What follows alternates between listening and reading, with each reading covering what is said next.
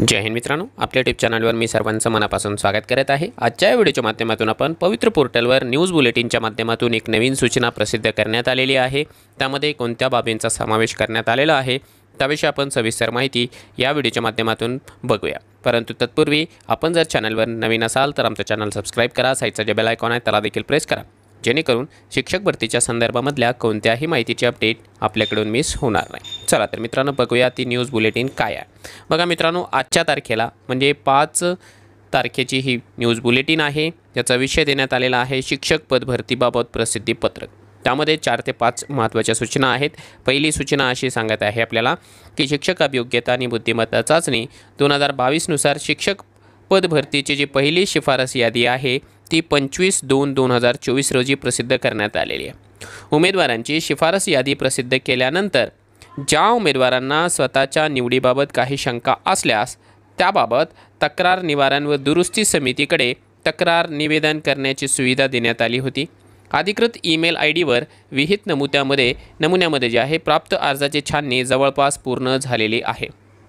आता मित्रांनो, जेव्हापासून शिक्षक भरतीची पहिली निवड यादी लागलेली आहे तेव्हापासून जे आहे काही ना काही प्रमाणावरती उमेदवारांमध्ये असंतोष आहेच आहे। त्याचा तो वैयक्तिक भाव आहे।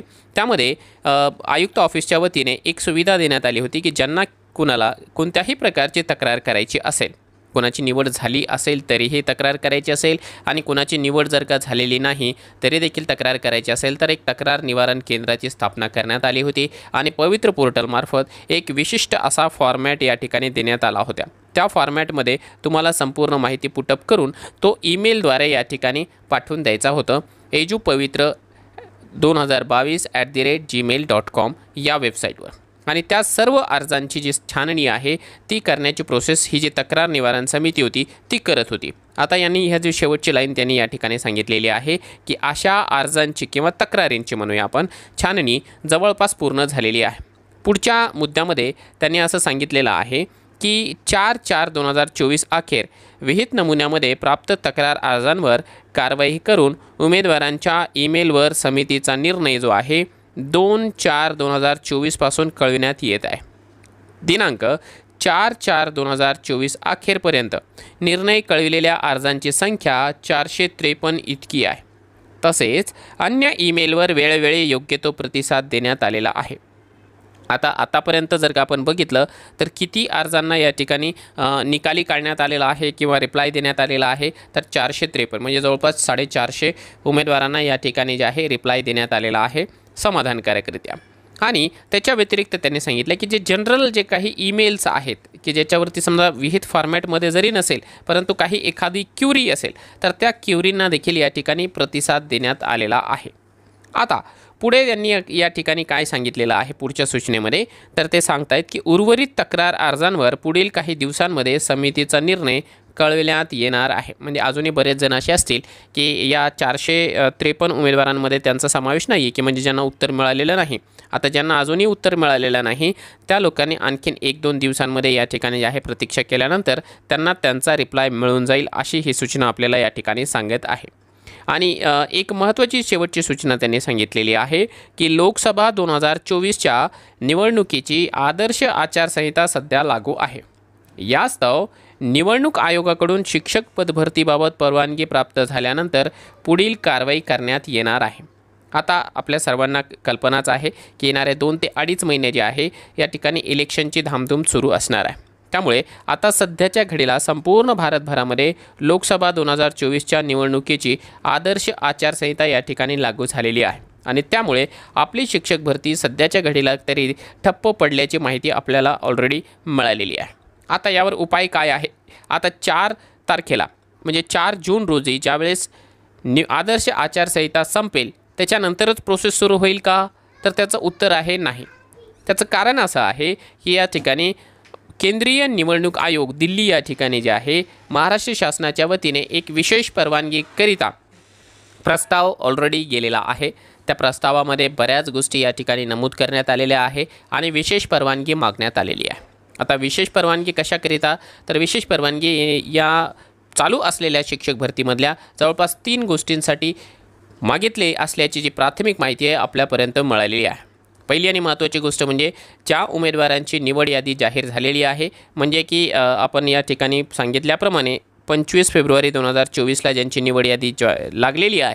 आता यापैकी समजा काही आस्थापनांमध्ये जॉईनिंग मिळालेली आहे, परंतु मेजॉरिटी अशी आहे की अजूनही जॉईनिंग मिळालेली नाही. मग यांना जॉईनिंग देण्यात यावी, हा त्याच्यामधला पहिला मुद्दा आहे.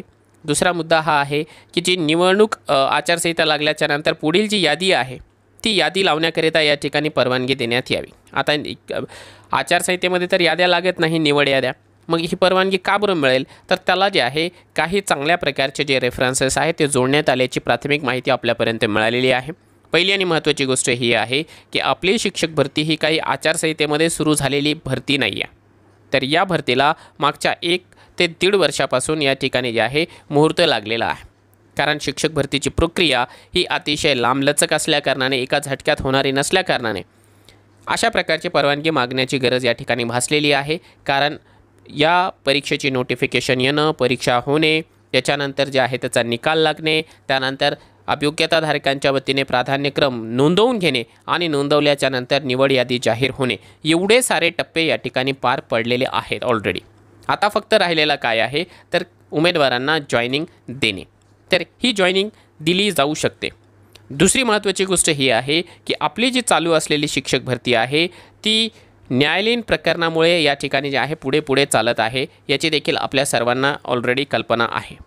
कारण जे काही कोर्टामध्ये SMPIL चालू आहे की शिक्षकांच्या विना शाळेमधल्या विद्यार्थ्यांचं होणारं नुकसान हे पाहून स्वतः न्यायाधीश महोदयांनी या ठिकाणी याचिका दाखल केली होती सरकारच्या विरोधामध्ये, शासनाच्या विरोधामध्ये किंवा शिक्षण विभागाच्या विरोधामध्ये. त्याच्यामुळे ही जी भरती आहे ती कंटिन्युअसली चालू राहणे अत्यंत महत्त्वाचं आहे. ही बाब देखील या ठिकाणी त्या विशेष परवानगीच्या प्रस्तावामध्ये नमूद करण्यात आलेली आहे. याच्या व्यतिरिक्त काही दुसऱ्या राज्यांमध्ये कोर्टाचे जे काही निकाल आहेत की आदर्श आचारसंहितेमध्ये जॉईनिंग देता येऊ शकते, अशा प्रकारचे जे कोर्टाचे निकाल आहे ते देखील रेफरन्स म्हणून या ठिकाणी जोडले गेलेले आहेत. त्याच्यामुळे मित्रांनो बरेचसे चांगले रेफरन्सेस या ठिकाणी जोडले गेले असल्या कारणाने आपल्या भरतीकरिता जे आहे पॉझिटिव्ह वातावरण आहे सध्या तरी.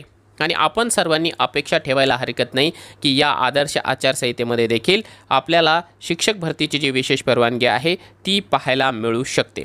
आणि आपल्याला या ठिकाणी प्रार्थना देखील करायची आहे. कारण सध्याच्या घडीला आपण असं म्हणू शकतो की पवित्र रमजानचा महिना सुरू आहे आणि येणाऱ्या काही दिवसांमध्ये गुढीपाडव्याचा देखील शुभ मुहूर्त येणारच आहे.